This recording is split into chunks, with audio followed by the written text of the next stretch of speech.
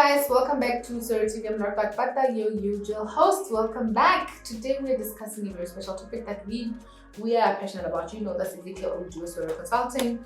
So we have a very special guest for us to discuss financial literacy. How can you get it right? Investments, everything. I have Thato Kubu in the studio. Thato is a very passionate person about financial literacy as well. This is why we brought him in. He likes giving free advice. I see him giving advice on social media about it, and I'm like, we're going to talk about this as people who are both passionate about the subject. Just a bit of a background of who Thato is. Thato is an insurance and banking specialist, transformation leader, innovator, market disruptor, and also very passionate about financial literacy. Like I've mentioned, he started off his career at FNBB, and then he transitioned to Metropolitan to become the chief operation officer. He was there for 3.5 years. For 7 years actually. He then moved to BOMAID to become the chief operation officer as well, there for 3.5 years. Thato is now at Key Wealth as a training and wellness general manager there.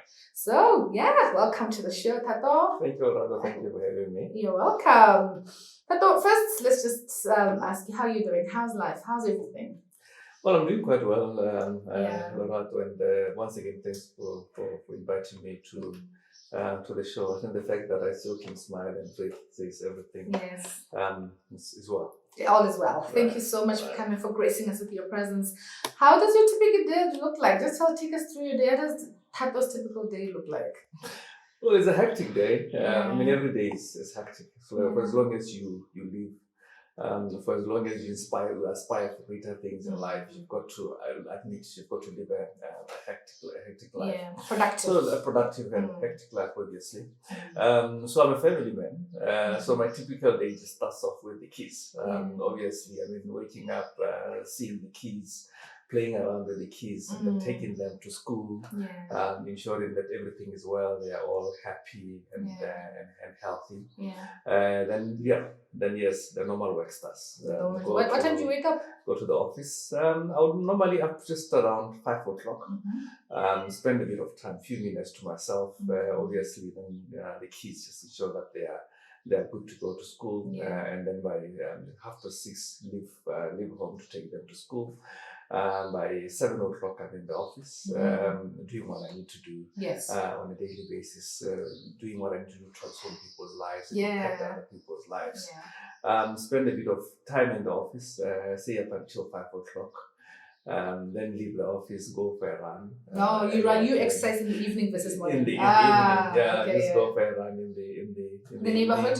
In the neighborhood, or in one of those 2 days, one of few days. I'm trying out golf. How's that going?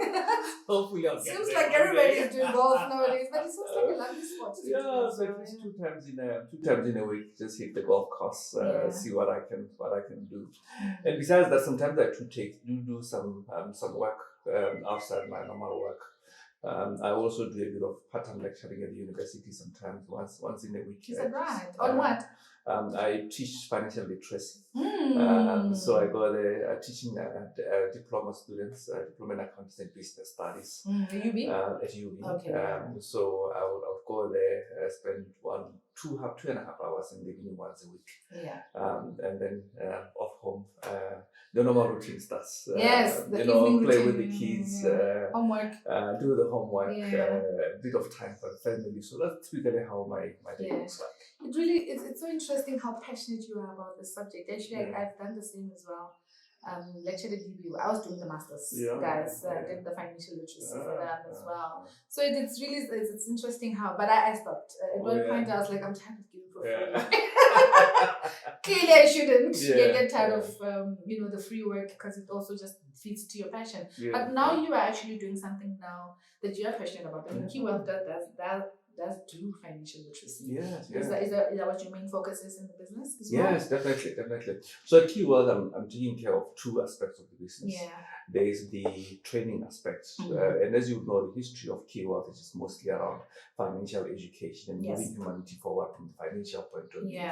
So we do quite a lot of things, and our anchor training is around financial literacy, of course, and we do a whole lot of other soft skills training to individuals and corporates, and there's a wellness aspect of it, wherein we are trying to, and the fact of the matter is that you can be wealthy and not Be okay. healthy. Yes, So it's important that it starts there, isn't it? it starts there. Yeah. So as much as we teach you about amassing wealth and having lots of money or taking care of your money, you also got to take care of your health. Yeah. And that is why we've combined these two aspects, the training and the wellness aspect. Yeah. So we do put in programs in place to ensure that physically you are well, emotionally you are well, and the whole aspect of your wealth, we look at it from both health and wellness point. Health is wealth. Yeah, exactly. Yeah, exactly. You can't manage. This is actually exactly how I do my training. Yeah. There's no way you can be okay with your finances when you're not okay. Yeah, If you're not okay,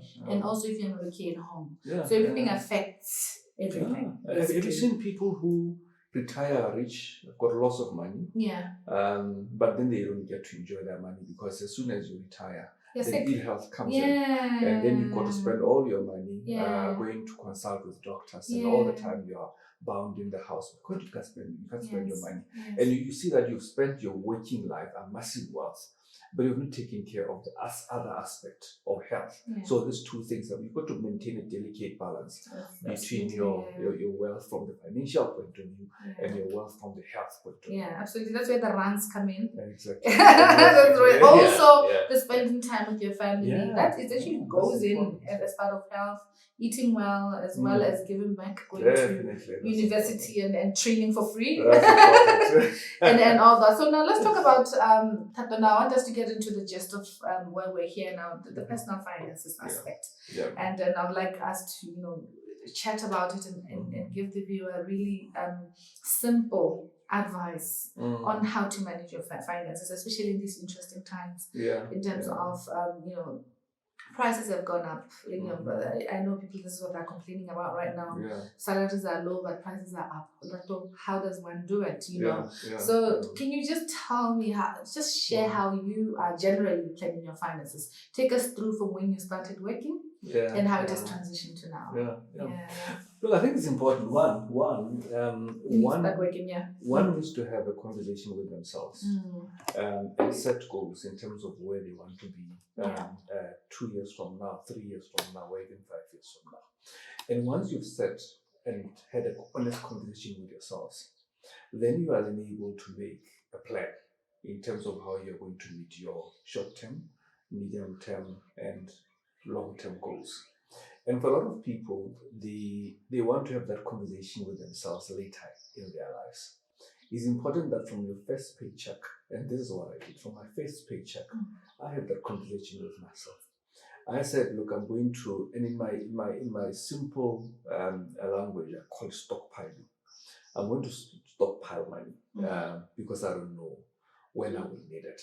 So from my first paycheck, I said, look, I'm going to save nothing less than 10% of my salary. I mean, by then I started working at FNBB and I cut was my salary, which was 4.5. And for me, I was ensuring that out of my 4.5, I was saving nothing less than 10% on a monthly basis. And that helped me because I was able, and I always tell people that, look, I was able, when I bought my first car, I was able to put a substantive deposit towards my first car. Why? Because I had been stockpiling money.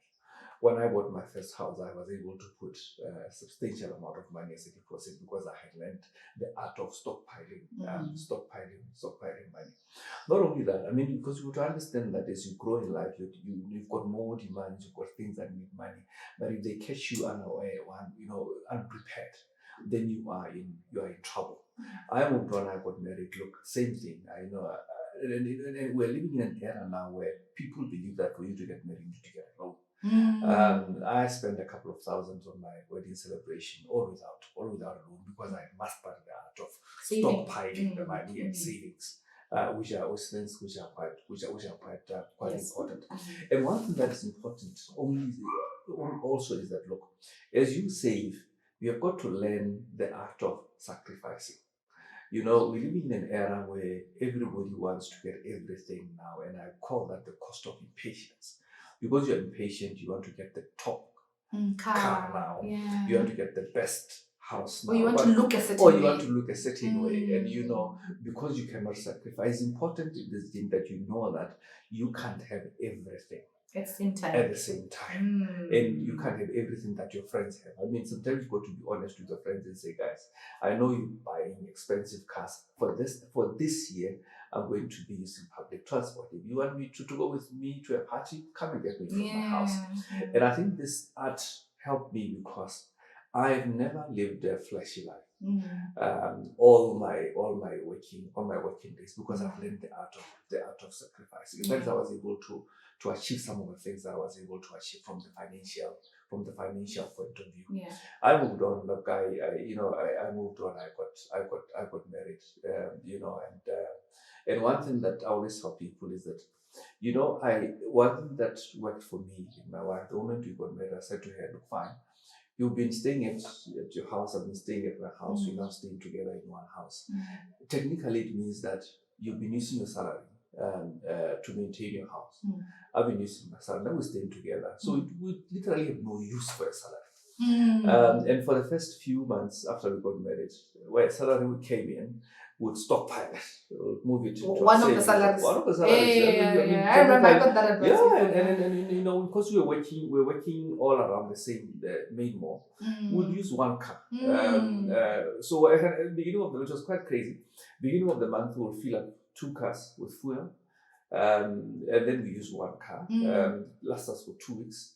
After 2 weeks, you pack. You switch. But then you realize you're then able to minimize on your cost of travel. And I always tell people, I don't understand why you, after getting married, you still live a flashy life. After getting married, you use both salaries. I mean, one salary, you should stockpile it. And that helped us when we moved into to buy our house. It was quite, we were able to put substantial deposit. And for me, it's a question of sacrifice. For me, it's an understanding of your goals. Because if you've got deep goals, then they're able to drive you towards sacrificing and investing for the future. If you've got a deeper dream in terms of how you want your kids to live, what kind of school you want them to go to, then that dream will then drive you. The reason why I think a lot of us cannot achieve much is because we don't have a solid dream. So there's nothing that's driving you. As a matter of fact, you live each day as it comes, and that is very suicidal. Because somebody says to you, let's go to Rustenburg, you leave. The other guy can say, let's go to Joburg, you leave immediately. But if you've got a dream, then you say, but that doesn't align with my dream. How does this impact my future finances? So it's quite important. That is how I've lived a very simplistic life. I'm not saying I've achieved everything that I wanted to achieve, but I think my simplistic life and my dreaming has been able to drive me to achieving a few things that I've been able to achieve, and most importantly, live a comfortable life, and most importantly, be able to do what I want to do for my family, and for my kids, and make decisions around them. Sometimes we become slaves to circumstances around us because we don't have the money or we have not stockpiled the money.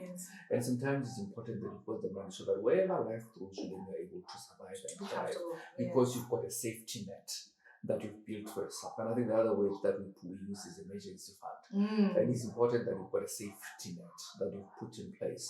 And I know a lot of times people say you need to keep 3 months. What's your view on that one? My view is quite a radical one.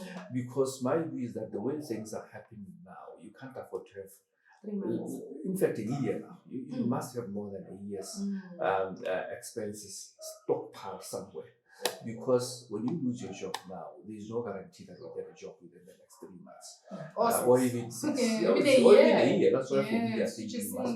If you are earning 10,000 pula, then you must multiply that by 12. You should have at least 120,000 pula stockpiled somewhere, and that must be money that's generating interest for you. So you can't keep it in a normal bank savings account. You must find more radical ways in which you're able to stockpile it. That's the principle that's worked for me. Where did you get that from? Where did you get? I mean, you started working. Where did you get that wisdom from? Look, I think one needs to, and for me, I had the hunger to learn about money. So every piece of paper on money. Just a passion thing that you had. I read it. Now everybody, whenever I hear someone talking about money, I listen. Whenever I see any article on money, so you've always been drawn to that. So that's your calling, basically. Yeah. And that's for me, that has shaped me. And I think for me it's important. And I always tell people, any subject that you want to master, please read as much as you can. Yes, be a nerd about it. Yeah, no, absolutely. Yeah, so that is what that's the advice I always had. That make sure that this is where your focus is and you're reading about it. So, I mean, all the principles that you have actually applied in your life are the same principles I learned. When I started working, I remember that phone call. Actually, it started at UB for me. I remember that phone call from my mom. Yeah. That stipend, she called it stipend. I need 200 to come here every month. I've opened a savings account for you at EBS, and that stipend is going there every month. And when I finished university, I had some money for me to start and buy some clothes for me to start work. So that's where the discipline came in. So every month, and I remember she used to call me every month. 200 pula, ma'am, and as it increased, because now she worked for Ministry of Education, so she knew allowance increased, and I'm like, hey, at the time when you're a student, you're like, hey, man, but what I was saying is these principles come from home, most of the time. So if you were not that person that and didn't have the same mother I had, who would call and say stipend, when I started working, first thing she said, ma'am, retirement account, ma'am, savings account, 10% retirement, and that's exactly what I did up to now. It's a discipline that I already know that something has to go to, and we always have some sort of cushion. Even when we were getting married, we already had some sort of savings piled. But now, they, like I was saying, not many people have that kind of parents, so that kind of passion being drawn or knowing that you need to know about your money before you start working. Now, this is what we are here for. This is why we're having this conversation. Now, learn, you see, so that you can teach your children how to do that. How to make sure money. This is how money is. You don't spend every cent that is in your pocket, etc. But Thato, thank you so much for sharing that story. Sure. So Thato, let's talk about now. Transitioning into getting married. Now your expenses have changed. We've talked about a person starting their work. Don't be rushing to cars. That's what you're saying. Prioritize. Guys, it's so basic. It's nothing complicated about it. Automate your savings. I think that's another thing that is easier. Instead of you transferring, automate your savings. 10% of your savings. This is basically what Thato was saying. Automate your savings. Once it's stockpiled, and he says emergency funds at least 2 years. So 120,000. No, you don't need to go and get 120,000 from somewhere. You can accumulate it by starting off at least 10% of your salary, and then you can go and invest it. I mean, nowadays we do have investments products that are easily affordable for as little as $200. I know Biffin has at least $200 a month that you can do there. Now we've transitioned into marriage. Okay. This is a different conversation altogether. I hear you're saying you and your wife have agreed this and that, but now how do you start budgeting together? You've had the conversation. I heard that. Your wife moved in. You're like, love, let's you have your salary saved aside, and then accumulate. That's part of the savings you're talking about. But at the same time, you're still saving your money 10% as well, and managing. Let's talk about now the nitty-gritty of it, the detail of it. How does one have a conversation with their partner, and how do they budget together? How do you guys sit down and say school fees? There's making those kind of decisions. Let's advise the couples out there probably struggling with that, those kind of conversations. Look, I think let's start here. The journey to financial freedom, I always tell people, is a sacred and personal journey. Sacred that you must keep it close to your heart.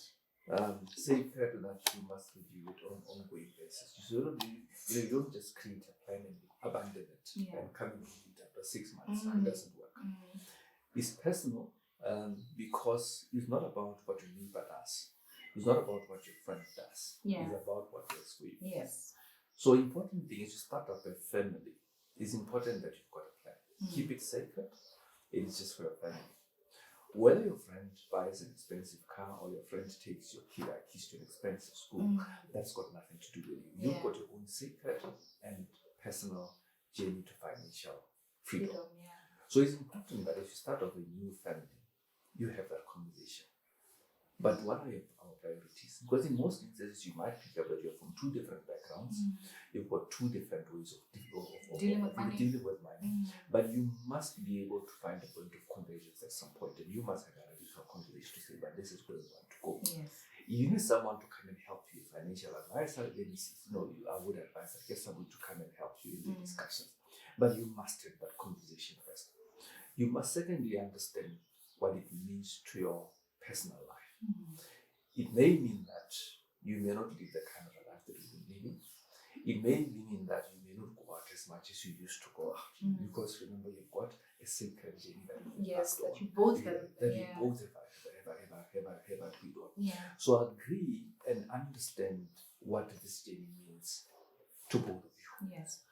Number 3, you must be able to have your partner should be your accountability partner at the same time. Yeah.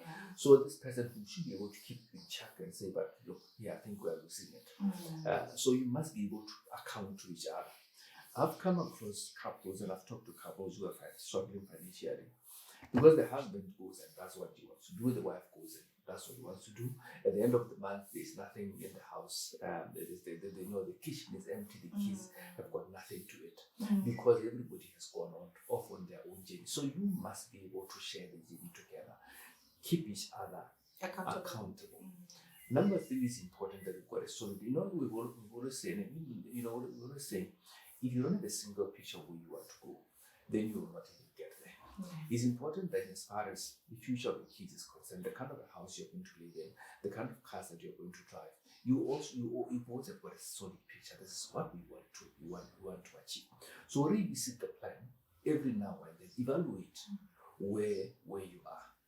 The other issue of saving is important. As a family, you must have money that is being kept aside for the family.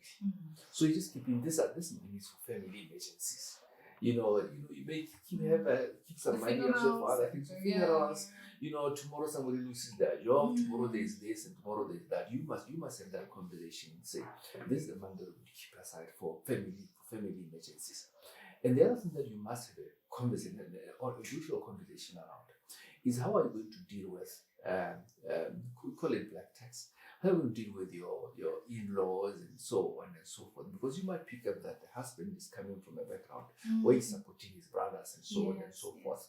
The wife, has got their own needs. How are you going to match your niche together, and how are you going to support your family, your extended family? And agree on it. And agree on it. Because if you don't, then you are breeding a scenario wherein the husband will on the side pass some 200, pull up 300 to the mother without you knowing. So it's important that you've got this conversation, and honesty is very important when you start off. You see, when you're married and you're running a family, things will change over time, and you must have the agility to change your financial spending as things change. At some point you may have to move kids from expensive school because somebody has lost a job. At some point you may move to a smaller house because some circumstances have changed. At some point you may have to sell your car because some things have changed. So you must have the agility to move around your financial spending. You must have the agility to change your planning around while keeping an eye on the bigger picture, because the idea is, where ultimately do you want to land 10 years from now? So your bigger picture may remain the same, but how you get there, you must be agile. If it means you say, we must have $1 million in our account after 2 years, your bigger picture is to maintain to have $1 million in the account after 2 years. But what may change would be that if you're going to get there, maybe we need to downgrade our car. Maybe we need to sell some of our furniture. Maybe we need to downgrade our house and things like that. But you must have a conversation on an ongoing basis. I'm told that one of the top reasons behind divorce, and high divorce rate, is issues of money. And it's because we are not able to have honest and radical conversations with our partners. And in some instances, we are not even honest to ourselves and to our partners. And this is where the major problem comes in. You're not honest to yourself about issues of money. Then how do you expect to be honest to your partner? And the moment there is no trust, on issues of finance, we know what happens. Yes, you know, yes. ultimately, It strains the marriage. the marriage is strained. You've got this huge differences. So it's important that you just have this honest conversation, and then you plan together, and then you dream together, and every step of the way you are holding each other accountable. Yeah. If you need, and let's us also understand that maybe you are not financial experts, the two of you. Where you need somebody to come in after 3 months and just give you advice and assist you around, it's important that you engage someone who can just come in. Accountability partner. That becomes your accountability partner. That just comes in. Is a qualified professional. They just come in. They are not emotional. And sometimes the problem, the reason why we can't make good decisions is that we are emotionally attached to our cars, to our houses. But if you bring in someone who is got no emotional attachment whatsoever, then they're going to give you a fair view of how they assess things and how you can move forward. So I think that's also important that you've got somebody else external who then is able to hold you accountable. Yes. And that in my view should be able to help you to build a solid road to financial freedom. No, absolutely. I mean, this is basically what you're communicating here is first communication. In marriage communication, and agree on a lot of things, especially with the black text issue. I can imagine the black text issue is probably a lot of issue for a lot of us black people. And what it means is, it doesn't mean, there's a time I was in training and we were giving advice about black text. When I remember saying, guys, you have to budget for black text. You don't, and another thing, the strategy to use is to empower. Especially if you have the brother that is dependent on you, or the sister or the cousin or whoever, empower them. Empowering meaning possibly take them to school, so that they're not dependent on you forever. You see, because you keep pouring money into them, then eventually that's just gonna be an ongoing thing, and etc. And another thing that we also discussed, I remember one of my clients was saying to me, but Loto, one thing we shouldn't forget, particularly on the parents part, is that it's not that our parents were irresponsible. Their mindset then was that we want to educate our kids, and all our money was poured in educating our kids so that they can take care of us. It's not that it was an irresponsible thing from that side. It's probably lack of knowledge on knowing that you don't have to pour everything into them. Also, put some money aside, like our parents, our parents think, I don't want you guys to take care of me. I'll take care of myself. So with that's basically what you're saying with being real. Sit down, discuss those nitty-gritties and agree. Don't give your brother money without your partner knowing, because already it creates the mistrust, within the thing. But now what happens in an instance where they are not in agreement? And half the time the wife just thinks, you're always giving your family money. This is real issues, We're always giving your family money. And then now it then looks like the wife is always refusing. And the wife is saying, but we have children. You're not in agreement. How do you advise now to deal with those kind of issues? Now where you find the poor man now has to start taking care of the wife. And also it will happen where maybe the man has the other partner has a child outside of marriage before you got married. And the partner is saying, no way, that child is not going to the school where my kids are going to, or we're not going to take care of them as much as this one. How do we deal with those kind of nitty-gritties in terms of, because these are situations that are on ground, and this is exactly what is happening. Look, I think the fundamental thing is that when two parties disagree on any matter, it's quite difficult for them to, in most instances, trade issues of money, to find a resolution without assistance of a third party. And that is why for me it's important that, one, when you talk about issues of money, both of us should approach it with a sober mind. The husband and the wife should be able to open up their mind and approach this matter with a sober mind. Secondly, it's important that if you've got a bigger dream about the family, then you address it. And the reason why sometimes there's this misunderstanding is because you are at different levels of understanding as far as your dream is concerned. So there should be a bigger dream that you are looking at. Number three, there's what we call the what ifs of financial planning. You must have had this conversation, and it will drive you towards certain behavior. Because remember, it is your dreams and aspirations that ultimately drive your behavior. Yes. So if you've asked yourself this basic question, the what ifs of financial planning, what if I die, what if my wife dies, what if this happens, what if we've got an accident, what if this happens, then it forces you to think in a particular manner. But the point that I'm ultimately driving at is that when you are unable to reach a conclusion on this matter, is always advisable to get somebody else, like I said, who is not emotionally attached to any of these things, to come in and be able to guide you through and give you proper advice. And both of you should be open enough to receive advice, because sometimes you know what we do. Sometimes you bring in a third party. I bring in a third party as a husband, believing that this guy will agree with everything that I say. If the guy doesn't agree with everything that I say, then I'm in trouble. But what is important is that we, the both of us, the husband and the wife, should be open enough to receive advice, knowing that this is for the better good. Remember, ultimately, the issue is about the dream. What is the intent? Where do you want to go? And the reason why somebody is going to give some money on the side is because they probably never disclose one or two things to the partner. But if you've made all the necessary disclosures upfront, that look, can I take care of my parents? I take care of my brother.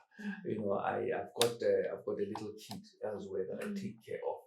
Then it's easier for someone to come and give you proper advice than when we hide some things behind the closet, and then it becomes quite difficult. Then I'm going to give some money on the side, and then my wife one day picks up on the statement that I've been giving 200 every month to this account. Who is this person? And that's where all the kind of conflicts breed, and then there's a whole lot of mistrust. So let's get advice where we can, but importantly, let's also be open and transparent to each other. Absolutely. I mean, sometimes not necessarily only the financial advisor, but if it means it's a psychologist, go for counseling. If you guys are disagreeing on a lot of things that are emotional this time, sometimes, like you were saying earlier, that sometimes you need to take care of the health for you to be able to take care of the finances. So you'll find out sometimes there are underlying issues that are causing the miscord on the finances as a couple. So possibly let's seek the issues, advice on the issues. So let's make counseling a normal thing, go for counseling. Thank you, Thato, for that. Now let's move on to the next part of it. Somebody's in deep debt. I know this is a common one in Botswana. Is it deep debt? Let's advise them. How can you get yourself out? Where do you start? I'm in deep debt. I lost my job. I have family. Not necessarily deep debt because I was irresponsible. It's because I've lost my job, and that is exactly what is happening right now. Companies are retrenching, restructuring, and people are losing their jobs, yet they had commitments. And now they don't know how they're going to handle those commitments. Also, someone is in deep debt because they were irresponsible. Irresponsible, although they knew what they were doing, but they were irresponsible. Or someone is in deep debt because they didn't know this is irresponsible. They thought the way of living is debt. So how can we advise somebody to get themselves out of a situation like that? Well, let's start with somebody who is in debt because something unfortunate, could have lost their job, they've been retrenched, and so on and so forth. Look, I think the fact of the matter is that life happens. All these things happen. Yes, I could say one would have expected you to have made preparations beforehand and stockpile a bit of money, but look, you are here. You are here now. You're already in bed. Number one, I think it's important just to be real about your current situation. A lot of times, people who have lost their jobs and fail to recover quickly is because they take a lot of time in denial.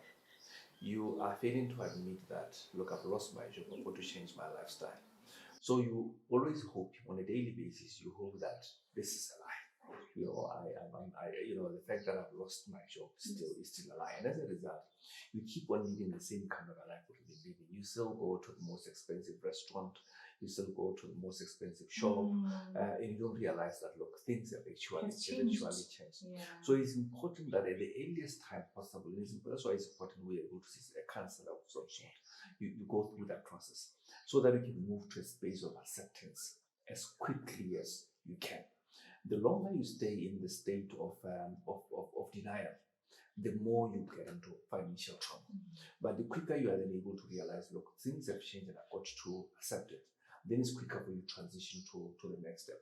So once you move to a space of acceptance, you've had that honest conversation with yourself, then it's easier then for you to downgrade your life. Yes. Very When you important. accept. When you accept. So the first thing is you First must accept. acceptance. And then you then should be able to downgrade your life. I mean, if it means moving to a smaller house, please do so. If it means moving your kids to a cheaper school, please do so. So you need to assess your life.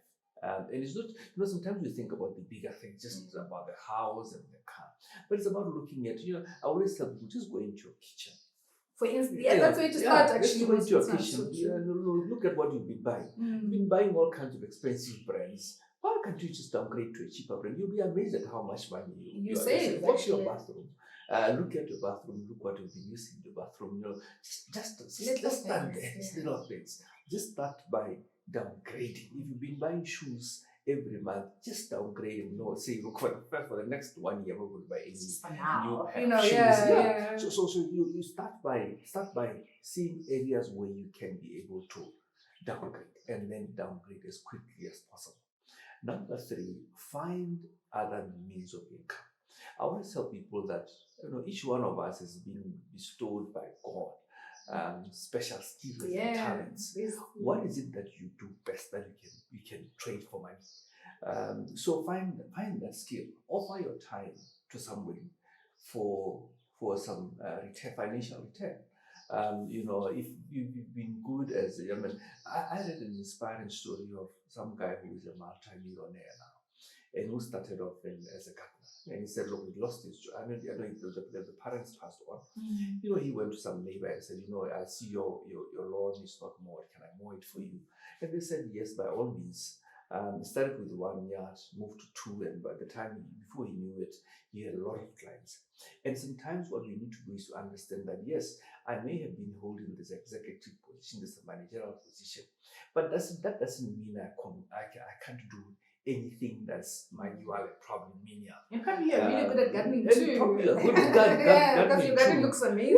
So even if it means downgrading from what you know to be doing, and yes, we knew that you are a manager of some sort, but it doesn't really hurt. See, if you are good, it doesn't hurt seeing you doing some work at some local hair salon. I mean, you can go and do that, get some money. At the end of the day, I always tell people, I try to also cook. We just need to eat, guys.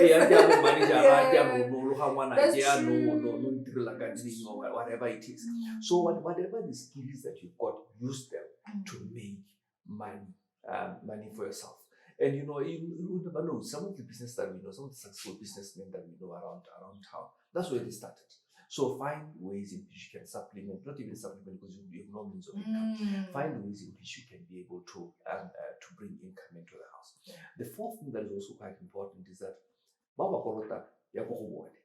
sometimes we sit back, you owe the bank, you don't go and tell them, look, I've got a problem. That's the first conversation. So you must have that conversation with the bank, you must have that conversation and go and say, look, I've lost my job. Is there any way that you can help me? A lot of times they are willing to listen to us, but we don't approach them. They're actually not that bad. They only can say, no, we have this, we can reduce, But what we do, we wait until the time that they want to come in. They are knocking on, they want to pick us. Because you're not answering their calls either. You're not answering them. It makes life much more easier. So have an honest conversation. We started by saying, look, honest conversation with yourself. But have an honest conversation with everybody else who's got an interest in your mind. Yes. The stakeholders. All the stakeholders, your parents, your kids, and so on and so forth. And sometimes the reason why it's difficult for the kids to accept is that we just assume they are kids. We don't even have that honest conversation. Just call them and say, this is what it means going forward. And you will be amazed at how much they are willing to give up. They'll tell you, I'm no longer going to movies as we used to. It's okay, man. It's okay. And sometimes we don't have that honest conversation with them. So I think for someone who's lost their job, don't lose hope. Do what you can do to bring income, and you never know. Maybe there's silver waiting for you on the other side. Do what you never can know. do. Actually, in fact, it's platinum. But have that honest conversation with yourself. And I think for those who are in debt, and for lack of a better word, recklessly they've got themselves there. same principles will still apply. Exactly. You need to accept that you are in trouble, and you need to find a way out of your trouble. The road to recovery will be painful, and you must be willing to endure the pain. I always tell people, if it means selling your car, sell your car. If it means packing your car because you've no fuel, hop into a combi, hop into a taxi, because you are on your way to recovery. And sometimes you're worried about what people will say. You know, don't help me sleep at night. They think I'm an officer at the company X, and therefore I must be seen to be driving a certain car, this certain car, wearing this kind of clothes. Look, it's not about what people say, because when you go to your house and you don't have a sleepless night, those people are not there. So don't worry about what people say. Downgrade and do all means necessary to recover. Have an honest conversation again with the stakeholders. Say to them, look, I'm in trouble. I know I got myself here, but I'm on my way to recovery. Can I delay paying you for another 2 months, 3 months, while I focus my energies on paying the other debt? Once I've cleared it, then I'll come back and pay you. So there are many models that one can use, and I will not. When you have a conversation with a financial advisor, they're able to look at your circumstances, to give you the nitty-gritty and say this is what you need to do. But have an honest conversation, downgrade, and learn to be patient. You probably got there because you were impatient. Yes. Because you wanted a car. I want it now. Yeah. Because I want to buy this double door fridge, big fridge. I want it, and I want it now. I always tell people, it's interesting that a lot of people who got into that fall into the trap of the marketing gimmicks. I always say, you find yourself in a house where you've got, because somebody came and sold you this nice stove, you buy it. Tomorrow the same guy comes and sells you a fast cooker. You buy it. You feel like you have to be buying this. The next time is a slow cooker.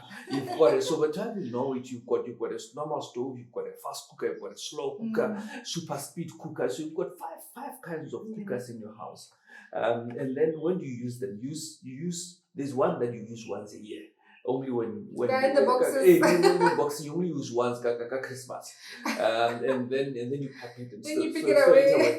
And you need to go back, look at your house, and say, what is that I have bought that I don't use often? Sell it, and then say to yourself, I will never buy anything that I don't need to use. If you've got something in your house, I said, if you've got something in your house, and a month goes by without you using it, you don't have something in it. So look at your house and say, anything so just a month. I don't use it in a month. Then you say, maybe I don't need this thing. So you need to have that conversation. Dispose what you dispose. But before you buy anything in the future, how many times in a month do I use this thing?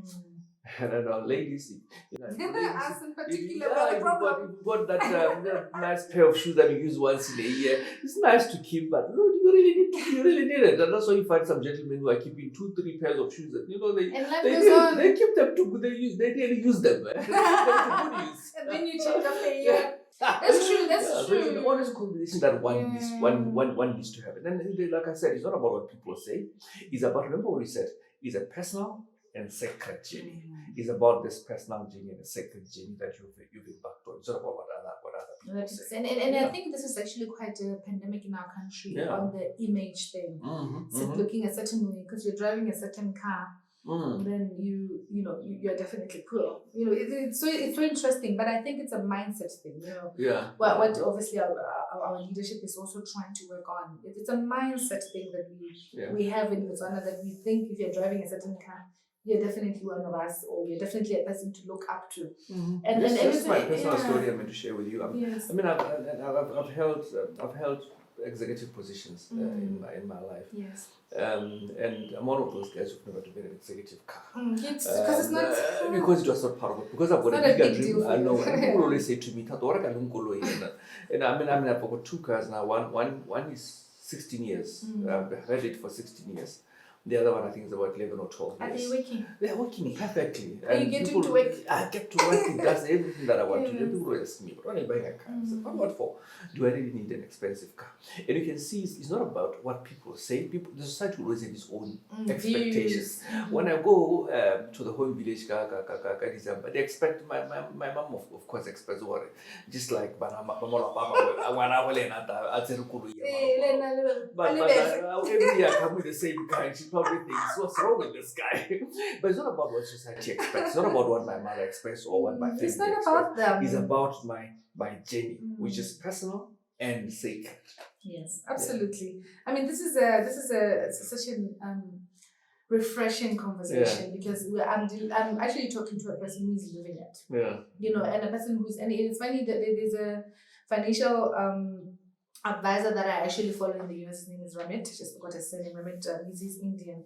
He's also on Netflix. He's actually gives everyday advice. Yeah. And he talks about, he's like, to be honest, the car is not a big deal for him. You know, he's always like, but I'm able to go take my kids for a holiday with my wife. I'm able to do these things. I saved up for my wedding and what I think what Ramit is trying to say is he preaches like, what is your rich life? Yeah. He says, this is my rich life. Yeah. My rich life is not the expensive car. My rich life is me being able to afford the things I love. Which is for me is a holiday. Yeah. So me, if I go out, and he says, everybody has a personal journey. He says when he goes out with his family, starters, we need to have starters. And his story is that when he was young with his kid, with his family and his mom, they couldn't afford starters. Yeah. So he says, no, now for me, we're going to have starters. But that's his rich life, you see. So always, like you're saying, goals. Yeah. He says, what is your ideal rich life? And my ideal, you have to work towards it. Now, Thato, I really appreciate this. We're almost running out of time, but I would like us to touch on investment on property. And one of the things that's just been also, I've been advising as well, which I'm also aligned with Ramit on this one, is the need to prioritize buying a house for your family first, or the pressure that we put ourselves under to buy a house for first this big house, and then and for me, I always say, the first thing I think you should buy is actually an investment house. Investment house could be a flat. You can start staying in it, it's fine, and then maybe get more. That's the first thing, and then if you can afford it, then you can rent out the big house. Why? This is my view. Because maintaining a big house is expensive. Now, expensive meaning maintaining a house in general is expensive. The painting, the replacing of the geysers. And guess where that cost goes to when you rent it out?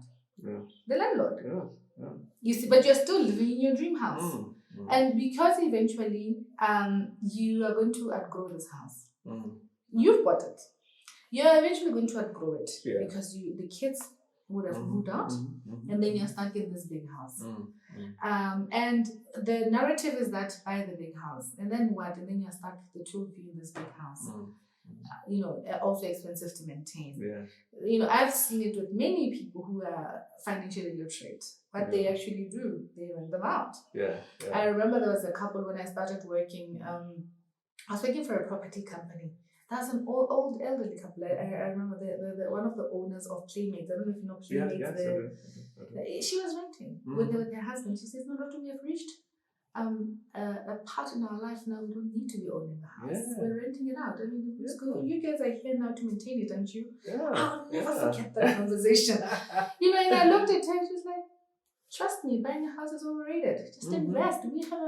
We have a flat in Amsterdam, we have a flat there, we have a flat there. If we want to travel, and we're Airbnb them, and we want to travel, we're renting them out, we have somewhere to live." So I think it's your rich life. I mean, we're not saying there's anything wrong with buying the big house, but we're just saying don't put yourself under unnecessary pressure. I don't know what's your view on that? I'm aligned, and I agree with you, and I agree with you entirely.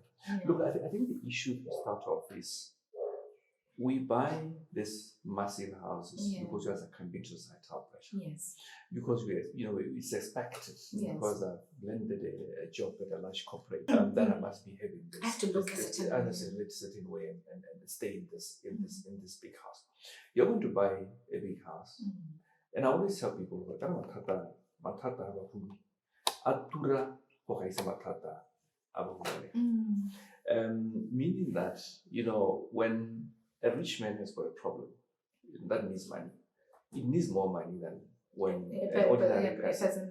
So if you've got this massive house, like we said, come so he's a right to be he's a ramadiaman. It's a whole lot of expenses. You've got to maintain a nice garden because it's a nice house. It's more expensive, and so on and so forth. And this month, what happens is that you probably have taken it to a loan. And every month money is going out with nothing coming, with nothing coming in. And you're maintaining maintaining it as well. So what you need to be asking yourself is that, how do I, when you're starting off in life, the question should be, how do I make money out of every opportunity that I get? If I've got an opportunity to buy a house, how do I make more money out of this house without necessarily only taking money out? So if I've got an opportunity to take a loan and buy a house, but how do I ensure that this loan pays itself off? If you are going to stay in this house, it's just taking money out of you and nothing is coming in. And that's why I agree with you that we need to be looking at an investment house to say, can I probably buy a smaller house, a flat that I can then rent out as Airbnb and so on and so Find forth, ways of making money. and make more money for myself. And the more the money you make for yourself using this property, at some point in time, that's money that comes. And I always tell people that I want to move to a point where I'll make more money while I'm sleeping. Yes. And what happens, it really happens that you've got more of this investment houses. Then you can see, that at some point you can sit back and then you just sit back and get money flowing into your bank account, because you've effectively then rented out this houses. So I agree that the concept of having a big house or starting off and buying a house for yourself to stay in is probably overrated. You need to look at the benefit versus the cost. How much is it cost you? Is it going to cost you if you were to rent a house and stay in a rented house? And probably it will help you stockpile some money that you then can use to buy something, to buy a house, that's aligned, something that is aligned. And so you pick up that you're probably starting off, you just alone, you and your wife, you're already buying a 5-bedroom house in the anticipation that in 5 years' time you will have kids. But the fact you don't have kids now. So what happens? These other 4 bedrooms are not being used. And anything that you've got in your house, even if it's a bedroom, that's not being used, it's actually a cost. And the question is, what are you doing about this cost? So start off, find something that you will use every room. The sitting room will use it. There's a 1 bedroom or 2 bedrooms will use it. If there's a room that is not being used, then it's a cost. And then don't just rush to buy a house. And I see, and I think the status thing. It's a mindset. It's a mindset thing that is killing us. And I think the main message for me is personal journey. It's a sacred journey. It's not about what people say. It's not about society expects of you. So it's important that you just look at the priorities. What do I need to do now? How do I bring more money? And that's where the issue of bad debt and good debt comes in.